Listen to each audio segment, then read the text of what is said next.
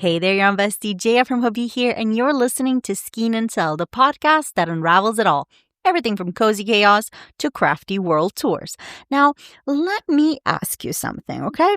Have you ever dreamt of walking into a castle filled with yarn?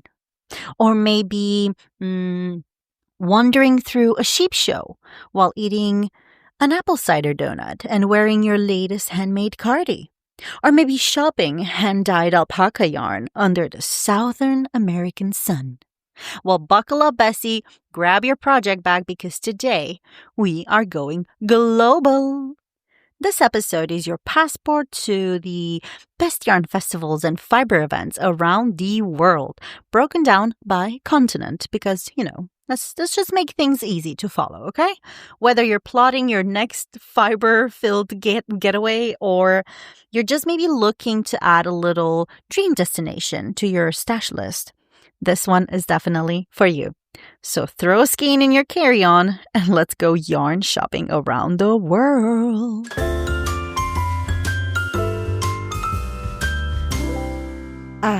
Europe, where yarn meets fairy tale vibes. The land of historic wool traditions, rolling green hills, and fiber markets that look like they were styled by cottagecore goddesses.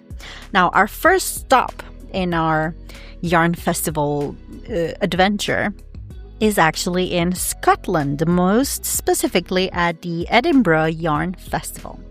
Okay, so this is possibly actually the most famous, or was the most famous. Oh, God, I gave it away already. Okay, it was the most famous European yarn festival. It's legendary. It is set in Scotland's capital, and it brought together indie dyers, heritage wool producers, and, sweater weather dreams, basically. It launched in 2013 by passionate knitters Joe and Mika. And it quickly established itself as the cornerstone event for yarn enthusiasts, actually worldwide. Now, the festival typically spanned 5 days, featuring a bustling market with nearly 100 vendors. It offered a diverse array of yarns, tools, and accessories. But beyond shopping, it was renowned for its comprehensive workshop programs, catering to all skill levels and tons of lovely social events, including traditional Scottish knit nights. So despite its popularity, unfortunately, it actually ended in 2019, leaving quite a significant void in the UK's fiber festival scenes. But the spirit of the Edinburgh Yarn Festival is not gone, it's not forgotten. This year, in 2025, a new event called the Woolly Good Gathering launched in Edinburgh, picking up the torch and giving the fiber community a new space to connect, to shop, and to celebrate in the same city. I mean, it's not a direct replacement, but it's definitely carrying on the vibe. Oh, but we have to hurry because we will miss our next flight. Next up, we have Woolen in Dublin, Ireland. Now, wholesome chaos in the best way possible. Woolen is a smaller but very beloved little festival. Local Irish yarn, yes. Friends you haven't maybe met, but somehow you love them immediately. Definitely double yes. It launched in May of 2018. And it quickly established itself as a must-visit event for fiber enthusiasts. It was held at the Alsa Centre near Dublin Airport, and the inaugural festival featured actually 56 vendor stands, offering, a diverse array of yarns, tools, of accessories, and attendees also enjoyed a bustling, engaging workshop thing happening, social spaces to connect with fellow crafters, and while the festival faced challenges due to, global events, Wool's impact on the fiber community remains significant to this day. Not only showcased Ireland's rich textile heritage, but also fostered that community feeling among crafters. All right, let's grab a plane again and head out to France. So the next festival feels more like a postcard, okay? It's set in a ridiculously charming French village. It is a blend of spinners, of weavers, and natural dyers. And you'll leave definitely with beautiful yarn and probably a croissant in your bag at the end of the day. All right, bestie, so picture this, okay? It's early February. You're in a charming little French town nestled in the hills of the Drôme region. And the entire place smells faintly of wool and roasted chestnuts. Oh. Welcome to Fête de la Laine, aka the Festival of Wool and Crest. And yes, it's every bit as dreamy as it sounds. Now, this festival has been going on strong since 1992. And it's not just a cute weekend fair, it's a full-blown fiber celebration that pulls in artisans and yarn lovers from all over France and beyond. It runs for 3 cozy days, usually in the early days of February. And trust me, this is like a place where you just would say, look at that yarn, look at that yarn, look at that yarn. You know, it's like a deep dive wool culture. So you got over 60 artisans. We're talking spinners, weavers, felters, dyers, indie yarn producers, bringing their most gorgeous natural fibers to the table. We're talking about materials that go way beyond sheep. You know, we're talking about also mohair, angora, hemp, silk, flax, and others. Demonstrations where you can literally watch someone card wool, spin it, dye it, maybe then knit it into something that makes you, I don't know, throw out your entire wardrobe and start over again. Plus, hands-on workshops where you can try everything yourself, even if all you've ever made is like a scarf, you know, with a panic hole in it. It's all set in Espace Soubérien. I think I said that right. Which turns into a magical little wool market full of texture, of color, and definitely some serious handmade energy. I think that the best part is definitely the fact that it is free to attend. No tickets, no gatekeeping, just open doors and a warm welcome. Now, the vibe is super down to earth. Lots of makers, lots of families, beginners, seasoned crafters, kids running around with felted sheep. Also, very focused on sustainability and tradition, showcasing the full, sheep to skein story, basically, and celebrating that slow, thoughtful textile creation. It's not the biggest festival in the world, but it has something that, you know, it has that blend of culture and craft and community that makes you want to stay longer than 3 days. And maybe have felt a beret. And that also explains why it's been going strong since 1992. So if you're planning maybe like a winter fiber pilgrimage, Crest is absolutely the place to go. It's wholesome, it's heartwarming, and you will definitely leave probably with some new yarn, some new friends, and definitely some skeins that smell a bit of, I don't know, lavender, you know, destiny. All right, and our last stop in our Europe Yarn Festival list is, of course, Barcelona Knits. All right, bestie, if your dream fiber festival involves sunshine, tapas, you know, more indie yarn and a Mediterranean breeze blowing through your project bag, the Barcelona Knits is calling your name. Hello, bestie, it's me, Barcelona Knits. So, held every November in the stunning seaside World Trade Center of Port Vell, which translates to Old Harbor. This festival in Spain is probably the first and biggest knitting event in Spain.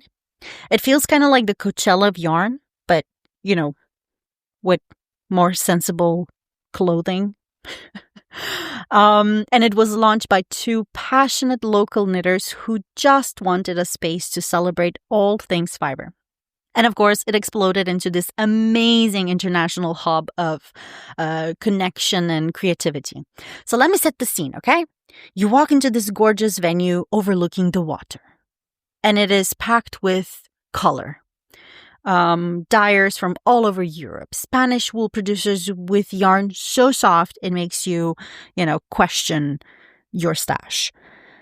It has buttons, it has bags, it has stitch markers, it has handmade tools. I don't know. It's basically like Etsy coming to life. It's like it's insane, right? And then you've got this huge marketplace filled with the nicest indie brands, as well as workshops taught by world-class designers, and tons of social events like the Tapas and Yarn Party, which honestly is exactly as magical as it sounds. Who wouldn't want to enjoy some tapas, and knit? And don't get me started on the knitwear fashion show. Everybody is wearing their most extra, clothing fits. It's like, it's insane. The festival usually runs over a 2-day weekend, Saturday and Sunday, and trust me, it goes really too fast. You will shop, you will stitch, you will cry laugh in your knitting circle with somebody from the other side of the world who just kind of gets you. And you also get to do it in Barcelona. I mean, take a yarn break to visit Gaudi's Sagrada Familia, eat some churros with chocolate, or just sit in a sun-warmed bench and work on your whip while locals walk by and compliment your beautiful stitch tension. #dreamlife. Now, if you're looking for a festival that feels like a fiesta, then Barcelona Knits should be on your must-stitch list.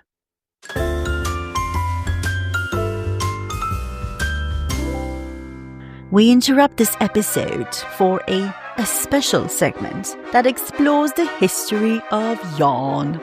The archaeology of yarn, brought to you by our special correspondent. Why am I turning like my accent is going like off the rails today? Brought to you by our special correspondent, Yandiana Jones. Okay, Basti, today we are diving into the shiny, the sparkly, and the seriously extra beads, buttons, and bling. You thought your beaded shawl or fancy notions jar was just for flair? Well, think again, because these little fiber embellishments have been out there carrying big meaning, like, trade route alternating, status symbol making, and spirit protecting levels of meaning. So let's start where it all began, in ancient Egypt. Now picture this. Golden sand dunes, the Nile flowing, and someone 5,000 years ago says, this linen tunic is fine, but what if we made it fabulous? And enter... Oh my god, this is so ridiculous. Enter the faience beads, glassy, turquoise-hued, and made from sand-based paste. Egyptians loved them. These weren't just pretty, they were a symbol of rebirth, of protection and power. Pharaohs wore them, mummies were wrapped in them. Beads were basically your spiritual insurance policy for the afterlife. Now hop on to West Africa, for instance, where the Maasai people have been creating jaw-dropping beadwork for centuries. Every color and every pattern, all codes, all secret meanings. Red was, I remember, from what I read, for bravery. White was for purity, and blue was for like energy, from the sky. These aren't just accessories, they're biographies, if you want to call them, that you actually wear. So Maasai beadwork tells you your age, your marital status, your clan, your social standing. It's like wearing your resume, your CV, your mood ring, and all your family tree all at once on you. It looks absolutely amazing. Please check it out, the Maasai beadwork. It's crazy. All right, let's keep going. Fast forward to indigenous North America, where wampum belts made from quahog and shell beads were used as currency. They were used as contracts, as historical records. Now, these beads held so much weight, they were literally diplomatic tools. Forget fine print. these were like stitch treaties, you know. And oh, get this. Glass beads from Venice traveled all over the world during the height of European trade. Now, these tiny little baubles were so valuable that they were used in exchange for land, for goods, and sometimes even people. Oh boy, the dark history and the real consequences all wrapped up in something that just sparkles. Insane. But what about buttons? You know, you might think buttons are just, they're functional, but you know, they're cute. We use them. But in the Middle Ages, they were status bling, you know. Imagine that, status bling. Fancy brass or ivory buttons on your duple. Hello, aristocracy. Buttons were so prized that there were the laws about how many you could wear depending on your class. No buttons for you, peasant. Oh, thank you. And now let's talk about sequins, okay? Sequins today, they scream disco and drag shows, as they should, you know. But they actually go way back, like ancient Egypt way back, you know.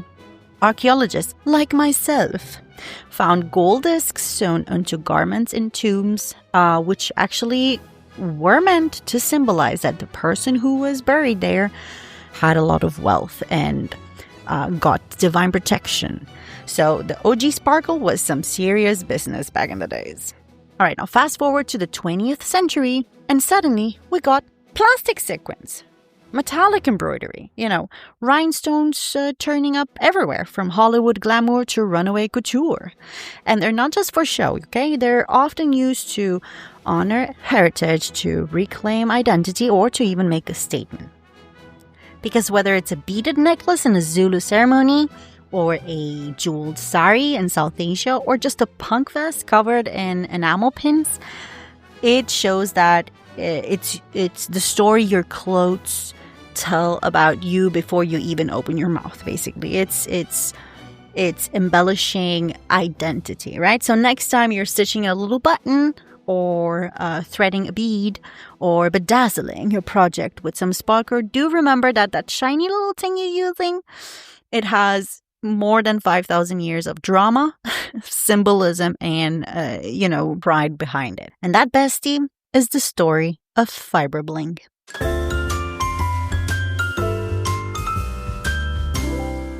You already know the vibes. Booths packed with skeins, iced coffee in one hand, whip bag in the other, and somebody shouting, "Is that a Malabrigo?" across the aisle. Okay, let's talk about the Beyoncé of North America's yarn festival. That's true, it's Rhinebeck, officially known as the New York Sheep and Wool Festival. But truly, if you just say Rhinebeck to any American knitter or crocheter, they know. Held every October in the Hudson Valley, this festival is the fall pilgrimage for fiber folks, basically. It's part country fair, part sheep show, part indie yarn marketplace, part handmade fashion runway, and it all happens under a golden canopy of crisp autumn leaves. The vibes are immaculate. People start planning their Reinbeck sweater months, sometimes a whole year in advance. There's contests, there's group photos, surprise meetups, and even spontaneous compliments from strangers like, "Oh, did you make that?" "Of course I made it. We're at the Rhinebeck Festival." And yes, apple cider donuts are the unofficial currency. People literally queue for them longer than for yarn boots. Are they worth it? I heard they were. Now, they've got tents and barns full of yarn vendors, both big names and indie dyers. They have live sheep competitions where you can watch breeds you didn't know existed prance around, being their fluffiest best selves. And they obviously have also spinning demos, felting workshops, rug cooking tutorials, and tons of other little events. And I mean, it's all surrounded by a crowd of thousands who get it, right? It's cozy chaos. It's sweater weather magic. It's one of the few places on earth where it feels totally normal to wear a full-blown outfit made of yarn, just head to toe.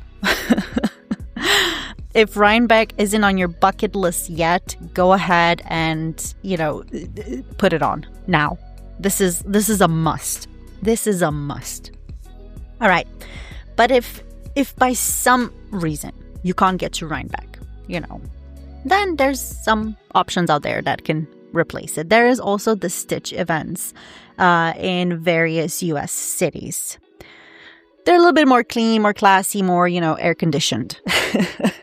These events are great for newer fiber artists that are looking to level up, or makers who love a workshop-heavy schedule, or just folk who want some variety, like, a bit of everything: crocheting, knitting, weaving, Tunisian crocheting, and beyond, all under the same roof. It features a massive vendor hall packed with everything from luxury yarn and project bags to looms and books and buttons and tons of tools you didn't really know existed until now, and a full a menu of workshop and classes led by well-known designers and teachers in the fiber world, plus an on-site yarn winding station. Bless. Social lounges, and some truly excellent people watching. It's especially great if you want to dive deep into techniques or spend your weekend surrounded by fiber-loving strangers who become your besties. And yes, you can wear your most extra shawl without fear of judgment. And did I also mention, I think I did, air conditioning? Oh, yes, please. All right, but staying still in North America, let's talk a little bit about Canada.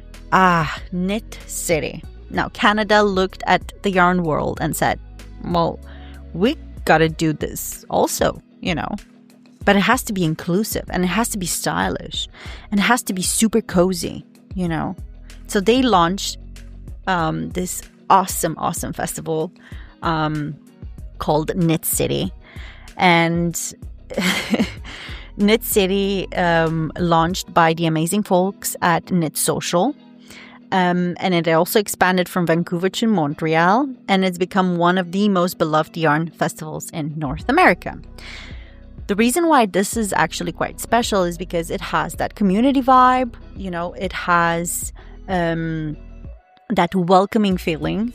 It has tons of built-in spaces that are super inclusive and diverse and accessible, and obviously a beautiful marketplace that is curated with a mix of Canadian indie dyers, natural fibers, ethical markers, ethical markers, and also some nice stylish designs as well that you can see. Now the workshop is definitely a little bit next level. They're taught by some of the biggest names in the fiber world, but it is quite down to earth. It's quite approachable. It's full of kindness, very, very chill, very Canadian. And the food. I have read online that the food there is amazing. And they have maple latte. Oh, sign me up now. It's I love it. Okay. The vibe is definitely super modern maker meets indie art show, and you will definitely leave feeling inspired, feeling seen, and probably a little bit poor. But in a good way, All right, moving on down the globe, we're going to go travel to Australia and Oceania, where the yarn is just as wild as the landscape. Now, if you haven't lived until you bought yarn while being stared down by prize-winning sheep, then it's time to go to either the Bendigo Sheep and Wool Show in Australia or the New Zealand Wool Fest. Now, the Bendigo Sheep and Wool Show is the biggest wool celebration in the Southern Hemisphere. It's rustic, it's rugged, it's full of actual sheep. Think country fair meets serious yarn knowledge. Plus, beautiful fleece auctions, and you might even leave with a whole sheep. No judgment. Otherwise, if you're in New Zealand, the Wool Fest is awesome. It's a chill, community-centered event with amazing regional wool and natural fibers. And you'll find hand spinners and dyers. And a lot of people could just casually shear sheep. I've read. Also add jaw-dropping scenery because, come on, it's New Zealand. So that must be incredible. Then we have South America. Earthy, vibrant, and alpaca-powered. The fiber in South America has deep roots, literally. We've heard about it many, many times. It's home to some of the most sustainable and ancient and beautiful yarn traditions on Earth. And I have two of them on my list. I have one in Chile and one in Argentina. The one in Chile, the Feria de las Manualidades, is a massive craft fair with a strong fiber presence. And I mean, think vibrant alpaca yarns, think artisan tools and tons of traditional dyeing techniques right alongside contemporary designs. It's incredible. And if you're happening to be in Argentina, then do go to the Festival del Hilo y Lana, the festival of the thread and wool. This one's a little smaller, it's more local, but I think from what I've read, full of heart. I mean, picture grassy markets and homemade empanadas and yarn dyed in earthy tones, from all the native plants. And if you love slow fashion and natural fibers and you are in Argentina, this is such a stop to put on your list. And I mean, we're kind of closing in. We just have Asia and Africa to check out. So where's your passport? Let's go.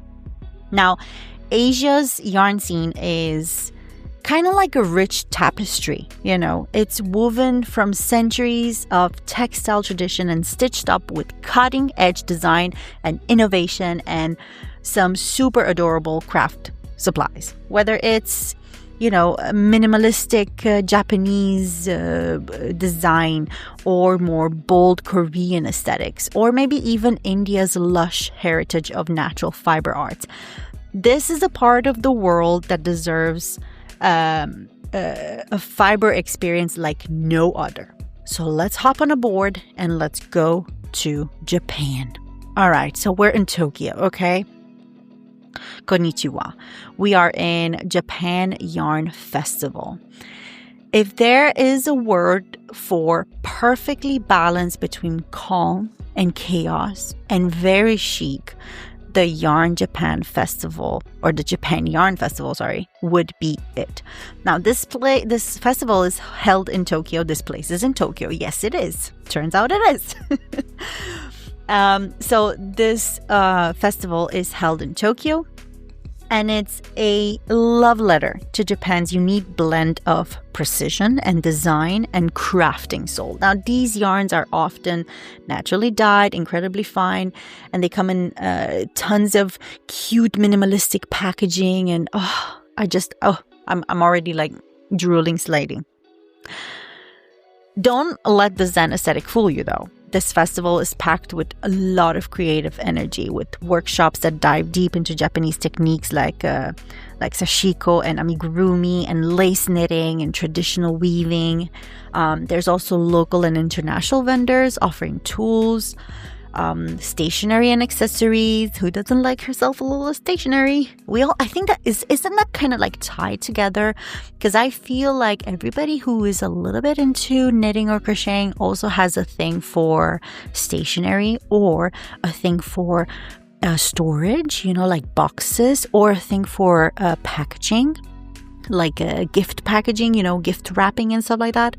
I have all of them. I'm full on chaos in here. And speaking of chaos, there is so much kawaii chaos. You'll spot little amigurumis everywhere, cat-shaped yarn bowls, stitch markers that look like sushi. The whole thing is very, very intentional. It's very beautifully curated, and it's very Tokyo. If you love fine fiber work, cultural craftsmanship, a clean aesthetic with bursts of creative sparkle, then add this to your list, because Japan Ichiban, baby, it's so worth it. And I have on my list all of these festivals, but I feel like this one really speaks to me, and I'm excited for maybe when Albert grows a little older, when he's starting school, or maybe when he's about 10. I definitely want to take a trip with him in Japan, and I will definitely make sure that I will plan this trip when the Japan Yarn Festival happens. That's for sure. All right, moving up to Seoul in South Korea. Now, Seoul Handmade Fair, buckle up because this craft scene is electric. The Seoul Handmade Fair is part fiber show, part lifestyle explosion. It takes place in this big venue. I think it's called the Dongdaemun. Yeah. Dongdaemun Design Plaza, which from what I could see pictures of, it looks like a spaceship. And the vibe is very much that. It's modern, it's maximalism, it's Instagram ready. It's kind of like a little bit the opposite of Japan. But you will find everything from yarn to tools to beautiful workshops that blend fiber with digital designs and even techie crafts like LED embroidery and tons of handmade stuff too, like candles and ceramics and jewelry and felted stuff, you name it, And also the yarn booths, they're mixed with fashion pop-ups. So I feel like Korea's fiber culture blends traditional with trend quite well. And this event really shows off that spectrum quite perfectly. You might meet a 75-year-old hanbok weaver next to a 22-year-old indie dyer making neon sock yarn and marketing it with K-pop gifts. And yes, you will walk out with a tote bag full of things you didn't plan on buying, because there's some crazy stuff happening there. It's insane. That's the Seoul Handmade Fair promise. And last on our Asian Yarn Festival tour, we are headed to Mumbai, where yarn means color, history, and craftsmanship so good it's been passed down through generations. Yes, I'm talking about the India Yarn Bazaar in Mumbai, India, and it's still growing. It's more the grassroots than the glam. But it has the kind of soul that stops you in your tracks. It's a crazy marketplace, a treasure trove of naturally dyed silks and cottons, of hand-spun yarn made by women's collectives and artisans from rural regions, and also khadi fibers, which is a hand-woven cloth that actually was part of India's independence movement. And what makes this festival special isn't just the yarn, though yes, obviously it's stunning, but it's the blend of legacy and innovation. So you'll meet artisans who've been spinning and weaving for decades, sharing space with, up-and-coming Indian designers pushing the boundaries of modern knit and crochet designs. And let's not forget the colors. We're talking about deep turmeric yellows, indigo blues, pomegranate reds, and you'll feel like you just walked into a spice market that turned into a yarn shop, basically. And also, let's talk about the workshops. I mean, the workshops are so incredible. We're talking about block printing, we're talking about natural dyeing, embroidery, silk recycling, and yes, you will definitely leave with something totally unique. I feel like India's Fiber Festival, especially the India Yarn Bazaar, maybe a little small now, but I think it has a massive potential. So if you're in Mumbai, just make sure you plan around so that you go visit the India Yarn Bazaar, because I think, wow, incredible. And from Asia, we're going to hop on a boat and go straight to Africa. So still growing, still evolving, and absolutely busting with potential, Africa's fiber scene is having a moment, and we are so here for it.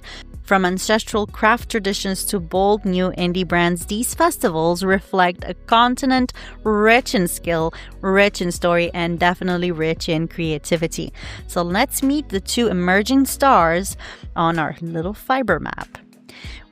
Okay, so this one is a vibe. The Yarn Indie Market South Africa is a celebration of independent dyers, makers, and fiber artists all doing their thing in their own way, and it shows.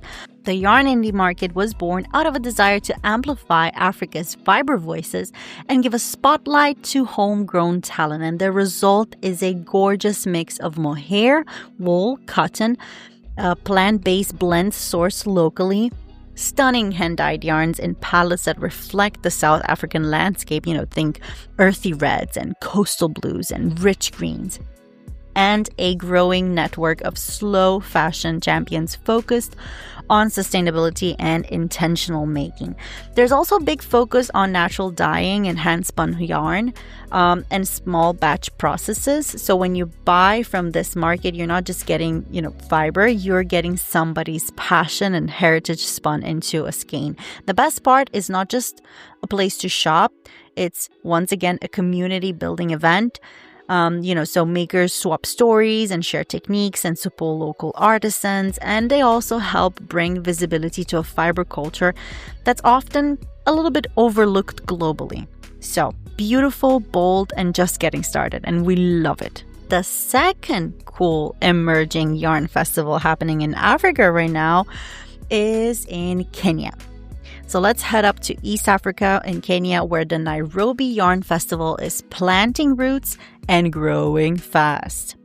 Still a relatively new player in the global yarn scene, this festival is full of energy, full of ambition, and grassroots magic. It's a gathering of traditional craft practitioners like, weavers, spinners, dyers, who bring centuries of knowledge to this table, and it's a contemporary designers blend with workshops and talks and modern aesthetics, sustainable sourcing, storytelling through stitch.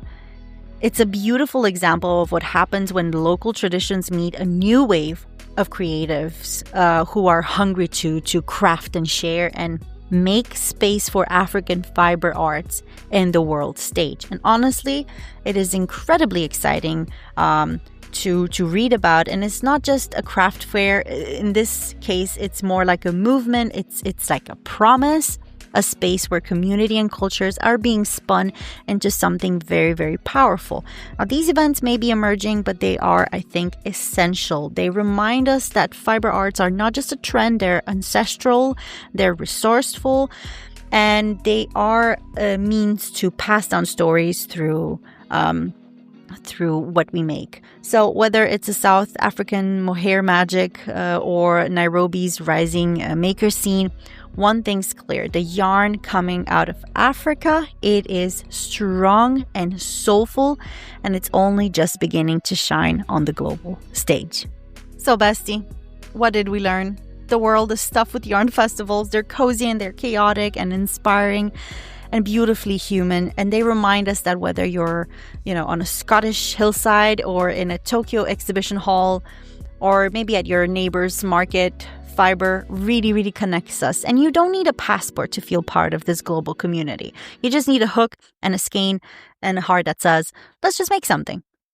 But if you do have a passport and you are planning maybe a trip, maybe to some of those locations, please give me a call. I want to join. Yeah, if you've been into any of these festivals or you would want to go, please share it or message me or tag us with hashtag Skein and Tell or hashtag Hobbii Podcast so we can explore and see more of this global yarn map that's growing. All right, until next time, keep your bags packed, but only with hooks and needles, because the yarn will buy at the next fiber art festivals together. I hope. All right, bestie. Love you. Talk to you soon. Bye.